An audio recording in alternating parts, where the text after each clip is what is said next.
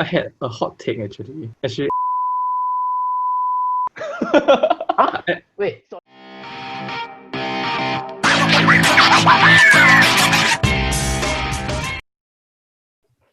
Okay, welcome everyone. Hello, it's our first ever episode of Football Armchair Experts, where we pretend to know everything, but actually we know nothing. Liverpool fan Yinren, Hey, hi guys. Arsenal fan Kimberly Lim, Hi. Newcastle fan Ng Man Jun. I've supported Fulham since young. Thanks for the very intimate introductions, everyone. Everyone now probably knows a lot of your backstories. Maybe even your friends won't know also.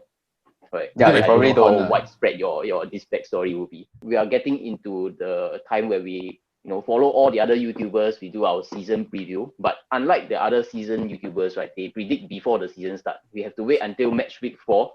Even in the middle of match week 4, then we start our season prediction because we want to give ourselves a bit of chance lah. We cannot be too far off. Later people just don't follow us anymore. Okay, so we'll be talking about the title race first. I think we can go around and say who we think will be contenders for the title in whatever way you want to define it lah. You want to say top 4 is your title race, or you want to say must be within like 20 points, then you can count as title race. I mean that was the criteria last season lah. So correct. Yeah. So I mean it's up to you to want to define it. For me, it's just if I feel they'll be in the title conversation. That's all. So okay, the I Liverpool think fan want to start. I already have a very smart look on my face, and I think I should start first, being like the only club here that will actually have a chance in this. Sorry, Arsenal. The Arsenal fan won't have anything to say about it later. No, I have no objections for now. I listen to what he said first. Yeah, okay. So the most obvious choice at this point in time, you can't say that before the season started, but I think at this point it's sort of quite clear that Liverpool are okay. Before that, people are still it's still sort of a bit contentious. Are Man City gonna be as good as they are the past few seasons? Is Liverpool gonna maintain the form? But as you can see, after the slightly shaky start that Liverpool had, and like whatever happened to Man City. Oh, by the way, I have a written article about that, so you can check that out in the link below. It was for the Man City and Leicester game. Yeah. So after seeing these performances within the first month, and like now that the transfer window is gonna close, we roughly know what teams have what players. I can quite safely say that Liverpool are the favourites for the title now. I mean, it needs no explaining, So the performances against Arsenal and Chelsea, I think, were quite dominant. Even against Leeds, people underestimate Leeds because they are a team that just got just got promoted. But as you can see, they actually drew with Man City quite recently, so they're actually quite legit. So, and then comparatively, Man City, since the start of the season, they have been on a downward trajectory, and then questions have been asked about them. However, I feel they'll still be in the conversation, as title contenders, because if you don't put them within that bracket, I don't think there will be any other contenders left for us to talk about. So basically what you're saying is that they are in the title conversation because if you don't have Man City, there is no conversation now. Yeah, just that compared to previous seasons, where it's more of people will be okay, Liverpool, Man City, and then it's like quite clear. And then the other clubs, it's like the top 2 and then the next 4 after that. I think this season maybe it's more gonna be Liverpool having maybe a lead, and then Man City are closer to like the other teams. Okay, but actually I would arguably say that was more or less last season already. Yeah, but you didn't know that at the start of the Liverpool's season, gap right? was quite big. Correct. We would never have known also lah. But I mean, currently since we're doing a prediction video like 4 weeks in, we might as well see what we've already been able to see. So yeah, and especially compared to the start of the season, when people are also weren't sure about Liverpool because you haven't made any signings, right? Like obviously now it's like a totally different matter lah. After you sign like Diogo Jota, after you sign Thiago, it's like people. So it really made a big difference like this transfer window. Whether is it important or not, we'll see down the line. But for now, I think these are the 2 clubs that are title contenders. Arsenal fan want to be able to insert Arsenal into that conversation or not? Title contender, probably not. That's why I say I'm cautiously optimistic, even though they seem to be doing pretty well. But maybe I feel a little bit hopeful that maybe they can finish in the top 4. I don't know if this is too big of a dream, but I guess even though I always say, they disappoint me, I think deep down, you still always have a little bit of hope. As for the title itself, I think I agree with Yinren. I mean, Liverpool it's hard to discount them, and it's also hard to like take Man City out of the conversation simply because of like how they have performed. I mean, even though they're shaky here and there, you still can't deny that they have like a quality to their squad. And also Liverpool, you're very like confident now, but like apparently Alisson Becker is injured, and then if he's injured for a long time, I don't Okay, know this one about like your fresh news. We all keeper. don't know, but okay. Yeah, he will miss the Aston Villa game apparently. You can see how. But I think it won't affect Liverpool that much lah. But yeah, I think Liverpool and like Man City will do quite well. Not sure about Spurs though. I haven't watched enough of their games yet to comment. Okay, I think if any time, I mean, it's a good time to get injured now because like international break is coming up. So like Sadio Mane has COVID, never mind, it's a good time to have COVID. Is it ever a good time to have COVID though? Apparently, there's a good time to have COVID now. No, but I mean, like, are we completely discounting like Manchester United and like Spurs from like the title conversation? I mean, we're only 4 weeks in there. Okay. Personally, for me, I would include Chelsea in the conversation. Like, if you were to ask me to predict the table before the season started, because I sort of did one just in case we were to start, our predictions before the season. My second place was Chelsea and third place Man City. I mean, first was Liverpool lah. Yeah. I think in terms of Chelsea's results, okay. I think in terms of losing to Liverpool, that's kind of expected. They also had a man sent off. Can't really use that as a good indicator. I think their draw against West Brom a bit flukish, if you were to ask me. And in a way, you can sort of tell that Frank Lampard is still trying to figure out his best 11. I'm not saying that they will push Liverpool for the title. It's just that I think currently it seems like they have better players than Man City. Yeah, I think a lot of the players that they brought in, I think in terms of transfer window, definitely I feel that Chelsea won the transfer window. I think they had the best amongst a lot of the. I think no one's contending. Yeah, I think. Yeah, that one I think a lot of people would agree. But in terms of title conversation, I think Chelsea would be closer to Liverpool than Man City would be to Liverpool. That's just my prediction. I think the same, man. As much I hate to admit it, but I think Liverpool will win it again. Can I ask why hate to admit it? I don't like teams that wear red. Sorry to both of y'all, but I hate teams that wear red. Yeah. So I would want Man City to win it, but I think they will be half-ass contenders lah. Really. I guess we can move on to top four. Like since it's more or less we already discussed like who is more or less going to challenge for the title. I think our top fours will differ. Definitely Kimberly's is different from mine. So that's a clue on who I'm putting the top four. But yeah. So we can start with the person who is most passionate about the top four. I don't know. Okay, I mean, like, I'm hopeful. I think it will be Liverpool, Man City. Okay, this is in my ideal world. It will be Liverpool, Man City, Chelsea, and then Arsenal. But I think realistically, Arsenal will not be in the fourth. I think you can replace Arsenal with either Manchester United or Tottenham. Interesting enough, not long ago, a lot of people weren't even putting Spurs in the conversation. But I guess the two new signings have made a difference. Sergio Reguilon and Gareth Bale. So Liverpool fan want to talk about who will finish behind you. Yeah. Okay. So before the season started, I would have put Chelsea as like the third place also and title contenders. But I mean, after recent results, I think I sort of have. Okay, maybe I would. Okay, now it's like much harder to decide. I haven't actually given much thought. But I also feel like I want to shake. Okay. Yeah. But just as a precaution, it's only been 4 games. And how to say, Chelsea have played Liverpool amongst the 4 games. So, you sort of have to take that in consideration also. Yes, they are now slightly behind, but it's not as if Spurs and Man U have also started off very well. So, yeah, so I think that's one of the, obviously that's a consideration. So for me, Chelsea is more of, because of their inconsistency at the start, which they will have because of how many new players they have in their team, right?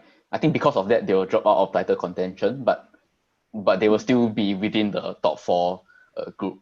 It's just that I think they'll be further back. Yeah, so I think Chelsea will be in third. And in fourth, I'm actually going to shake things up a bit. I think it's going to be Everton. Okay.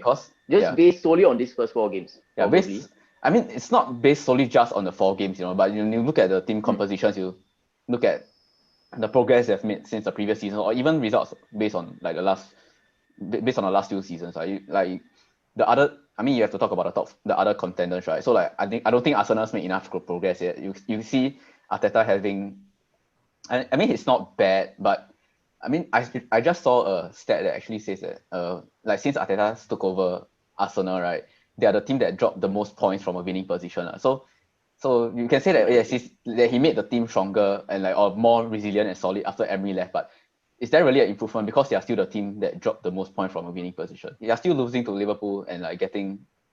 I don't know if that's a strong word, but but Liverpool were like quite dominant in the game.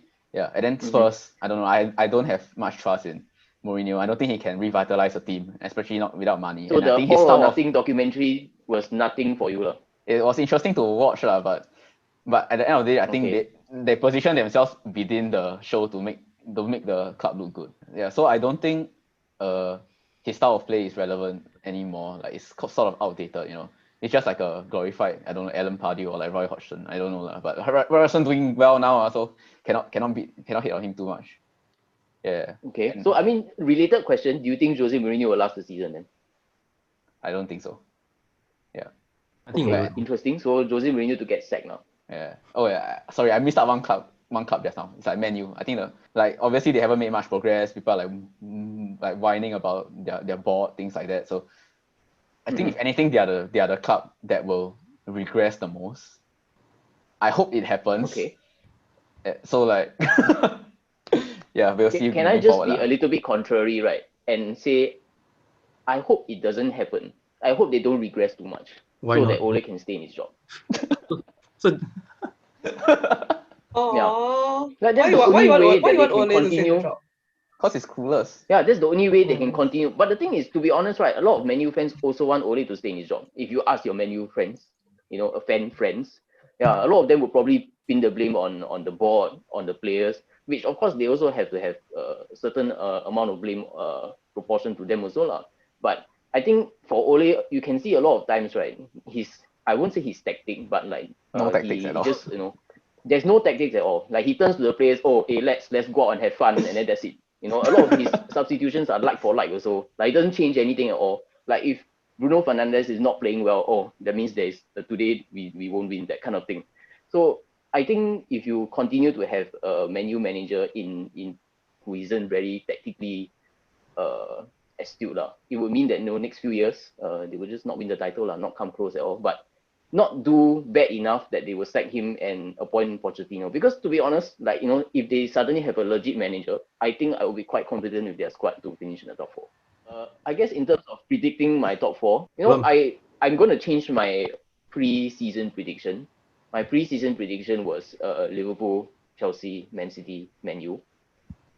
I'm going to take Man U out and I'm going to say Spurs finish in the top 4. Because I don't think Jose Mourinho gets sacked this season. I think it will be his crowning achievement is a bit much, but I think it will be his comeback season. So Manjun, you can tell us your top 4 also. I think mine is around the same as yours. Liverpool, Man City, Spurs. Then I'm going to jump on the bandwagon like Yinren. It's going to be Everton. Just in case you are. Oh, so Spurs and Everton finish top 4. Yes, That's going to be quite interesting. I do believe in Everton because I feel that Ancelotti, if he has good players, I don't think he is an issue. Just in case you are wondering, my 5th is Chelsea because I don't believe in the young kids. And my 6th is Man U because of Cavani. Honestly, because I read about Cavani, that's why I put Man U even 6. Yeah. I think the Arsenal fan has just realized what this means. Yes. And 7 is Leicester. Yeah. So Arsenal not even 7. No, but they finished 8 last season or something, right? I can't even remember how far below Arsenal finished. So this isn't a surprise actually. Like I won't put it past them. Yeah. So I mean, the question would be, as an Arsenal fan, 2 seasons in a row finishing outside the not even top 6, top 7. Do you think that something needs to be done about that?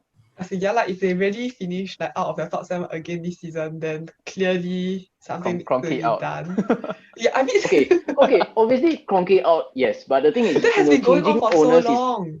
Out of your control. Like exactly. You can talk to Manjun about outing his owner since like 10 years ago. Exactly. So, unless you're AFTV, you think you shout loud enough, then something will happen. I mean, like this Kroenke out thing has been going on for so many years, and like clearly, like nothing's going to change lah. But I guess all I can do is pray now, since I have no control over like the ownership of the club. But I mean, that's why I said I'm being cautiously optimistic. Like I hope that they will finish in the top 4.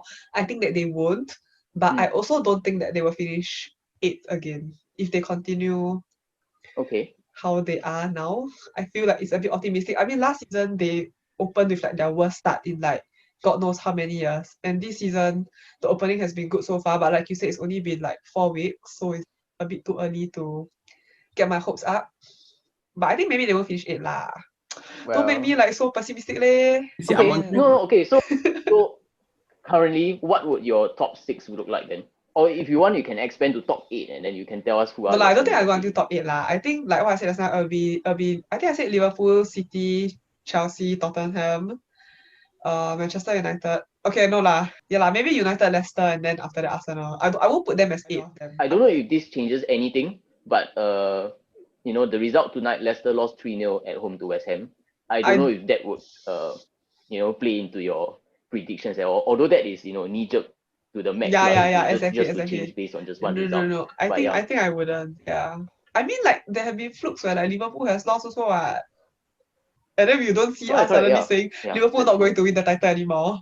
Not like that's not how it works, I believe. But yeah, that's not how it works, but that is precisely how we are using our predictions after just 4 games only. It's that is true. Based on the analysis on the first 4 games. That is true. But yeah. Actually, that sort of changed mine a bit, you know. I was considering putting Leicester in the top 4. Then this 3-0 make you change your mind. Yeah. So if you were to go and look at my article in the link in the description below, I was talking about how Leicester will challenge for loftier goals after beating Man City. Yeah. And then as for Chelsea, I think like going back to what both of them said, like about young talent and all that, like I agree with it all. It's like their squad is relatively young and then stuff like that. So yeah. Which is why I have an upcoming article out. It's gonna be out soon. Talking about how Thiago Silva is actually quite a shrewd signing for Chelsea. Watch out for that article. In the meantime, you can tell us your top 6 as well. I'll put Leicester as 5th and I'll put Spurs as 6th. So for you, Mourinho to not finish the season, but Spurs to still finish 6th. Yeah, I mean either ways. Like, would he? Either ways, okay. Is like, so either ways, like if he gets sacked and then somebody else comes in and they still finish 6th, or he were to finish 6th and still get sacked. Okay, understand. I think either ways it works. Like that, because to me, like it's not that the squad's bad, you know, but I think they've run its course already, right? People are like tired of playing around. Like it's very hard to change this squad already because they are so used to how each other play and all that. So their playing style will sort of be like stuck in at this standard, you know. Like if Pochettino can't change it, I don't think Mourinho's one for galvanizing troops. He couldn't really do much at Man U also with the same amount of players, right? Even though people are saying how like the squad was shit, and then because of that, getting second was really his best achievement, right? But like the fact still remains that he couldn't change things enough to put the club on an upward trajectory. That's why he was fired. So I think the same thing's gonna. But I would say that Jose Mourinho has never been quite for the long term. He's only in to do a job short term and then just start after that.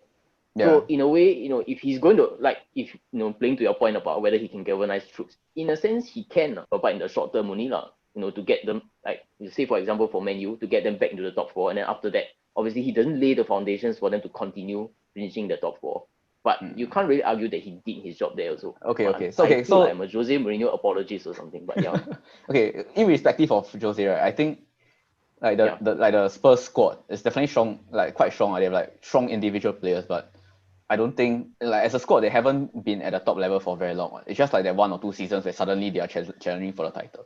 So I think like they'll regress back to like the norm from like the last time, like when they were in like the top 6, top 7, that period with Everton. Like they'll go back down and it's like won't really go up again unless like something happens. I'm going to be boring and say that my top 6 is the traditional top 6 . So my top 4 you've already known. I would say Man U finish 5th because I want Ole to stay in his job. So Man U will push Spurs all the way to the end but finish 5th, and Arsenal finish 6th. I've been quietly confident about Everton being able to sustain their form also, but somehow, and Everton do actually have quite good strength in that. Like yesterday, both Alan and I think Andre Gomez were out of the squad, and still they managed to get quite a convincing win also. I think Everton will still finish 7th. Leicester, actually I put them I think like 10th. I cannot remember my preseason prediction, but you have to remember that Leicester are involved in Europa League also. So famously, a lot of the not so traditional big teams that are involved in Europa League tend to struggle a little bit to keep up over the course of the season also. If you have any predictions for your own top 6, or you feel like our top 6 rubbish one, right, you can also tell us also. or you can laugh at us at the end of the season. We can, I guess, can round this up. You can talk about, I don't know how interested Liverpool and Arsenal fans will be about talking about relegation fight, I but think we can talk about who will finish in the bottom three. I mean, okay, we can start with, I'm pretty sure Manjung won't put Newcastle in the bottom three. No, yeah. But just out of interest, where do you think Newcastle will finish? Oh, I think same as last year, I think. Like, I think we are a bit Which is flattered 12 to or deceive. something. Yeah, around 12 or 13. I think we're a bit flattered to deceive. Okay. So we might look good, but actually not really. Like, we usually get carried by either St. Maximin or like Callum Wilson. But at the end of the day, Steve still doesn't know what he's doing. So I feel Ex-Man U But I would legend. say though, like surprisingly, Mike actually has invested a lot this time. Like I would say Newcastle have had quite a good transfer window. You know, Jeff Hendrick and Ryan Fraser on freeze. But 3 of their 4 players are from relegated clubs. So they carry that Correct, that's true relegated also. mindset with them. You know what I mean? They're not okay. the upper echelon of players. I mean, But I would say Wijnaldum was from Newcastle when you guys got relegated. Andrew Robertson was at Hull also when Maybe Hull got relegated culture. under Marco Silva. You can't compare Newcastle to like Liverpool. Yeah. Correct, But correct. when we got Wijnaldum in, the winning mentality wasn't there yet. Liverpool was still like in the first season of Klopp, and then like things were still like shaky, and they finished outside the top 4. So like it wasn't what they were today, and they got Wijnaldum, and like he managed to help the team. Not saying you're wrong, it's just I feel there's like a caveat to I'm that. just saying that you can't compare Jurgen Klopp to Steve Bruce like for that. Okay. Yeah. Do you actually hope that Steve Bruce will do bad enough to get sacked or not? I do hope he improves though. I don't know how but I do hope he improves. Okay. I know he's a very player manager so he has good relations with his. Oh yeah. He's the Harry Redknapp, Alan Pardew, that style one. So I don't know what he's doing actually. But then you want to know my bottom 3? I think you know who's my bottom Mark. Okay. Is it Fulham? I think you've been able to make that quite clear to me. I don't think the thing is their squad hasn't. But you have changed for the integrity of the video, you actually had to say it out. Oh, okay. You know, I feel like just they got relegated 2 seasons ago, and the squad hasn't changed much. Yes. It's still Tom Carney. It's still whoever in the middle. It's still Mitrovic. It's still the Mitrovic is good in defense. So there isn't much changes. And the players they bought in, honestly, are not good enough. They don't make a difference to them. My second bottom is Burnley.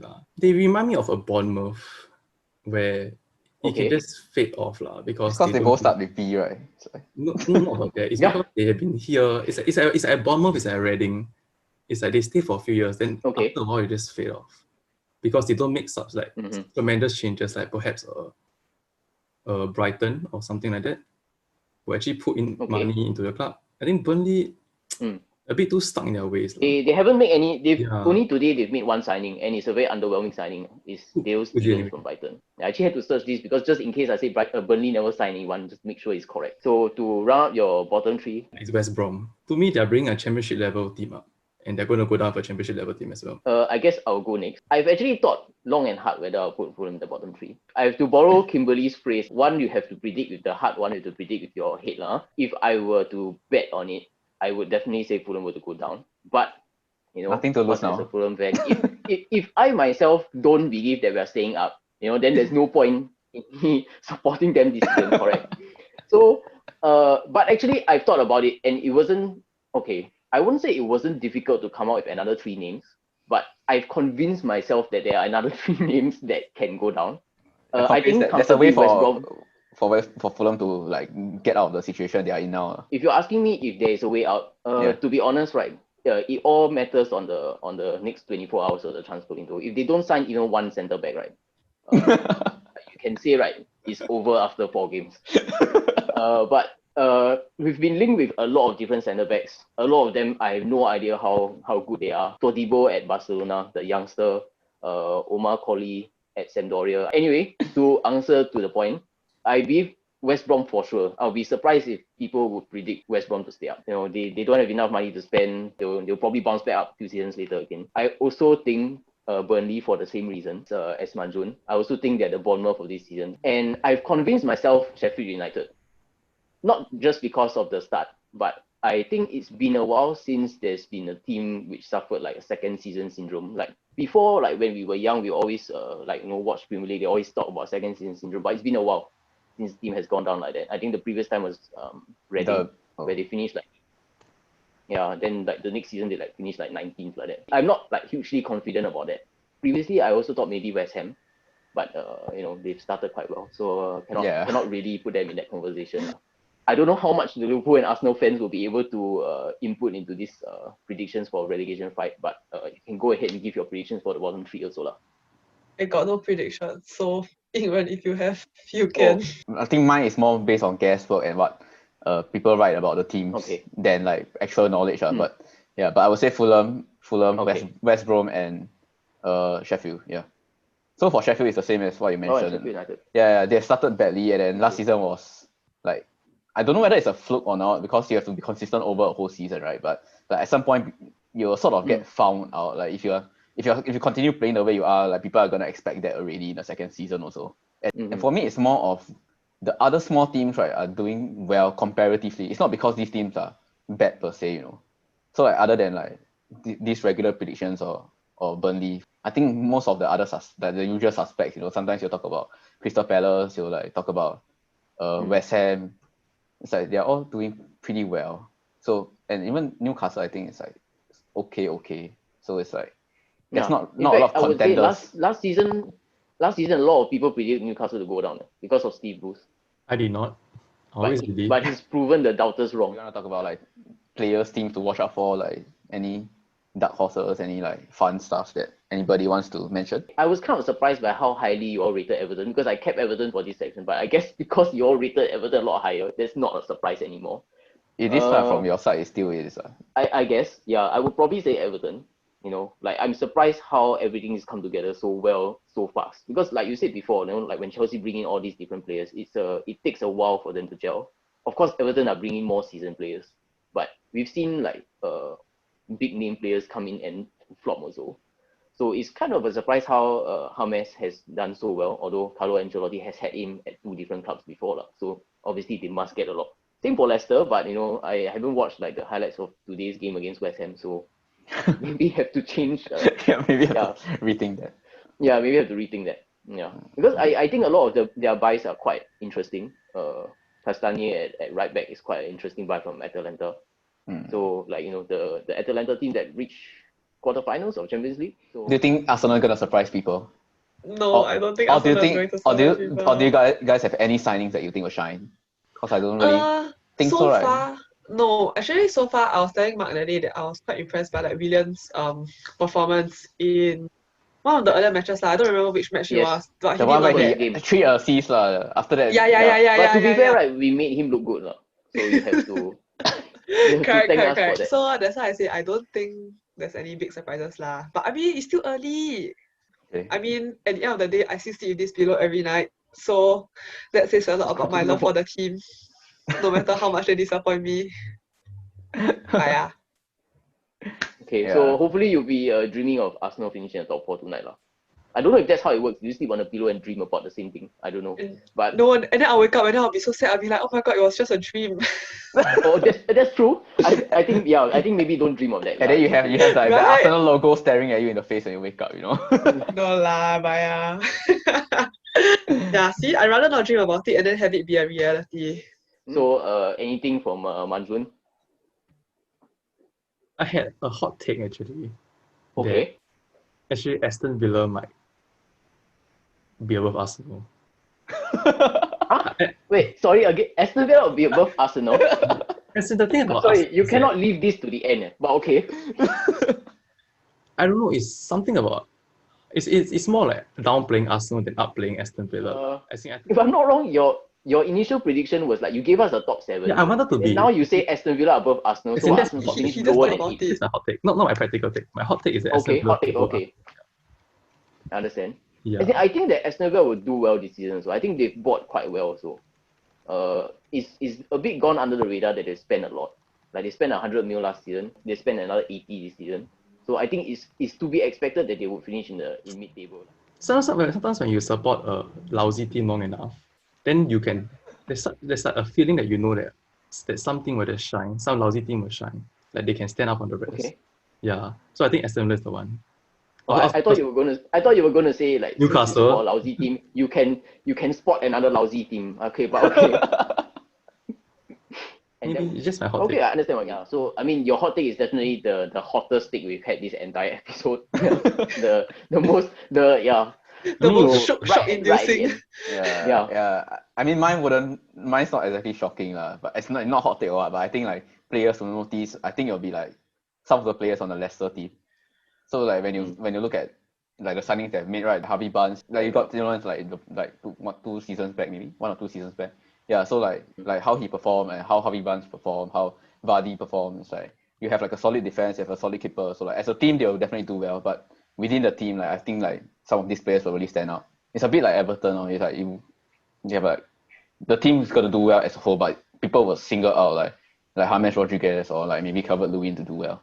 And like related to what we're talking about Arsenal, you can see when a team is going in the right direction and when a team is not. And I think that Arsenal is not going in the right direction, despite the optimism around Arteta. And like I think the key signs of that is like the signings you're making. So like for Arsenal, right, I think last season people were sort of raving a bit about how William Saliba is going to come in, going to help the defense, right? But look where he is now. It's like, he needs another season out. Suddenly he's not even part of the team anymore. Guess where Saliba is linked to on loan, by the way? Emery's club, is it? No, he's linked to Fulham. Oh, I wouldn't want him though. I think it's not quite what we need. But okay.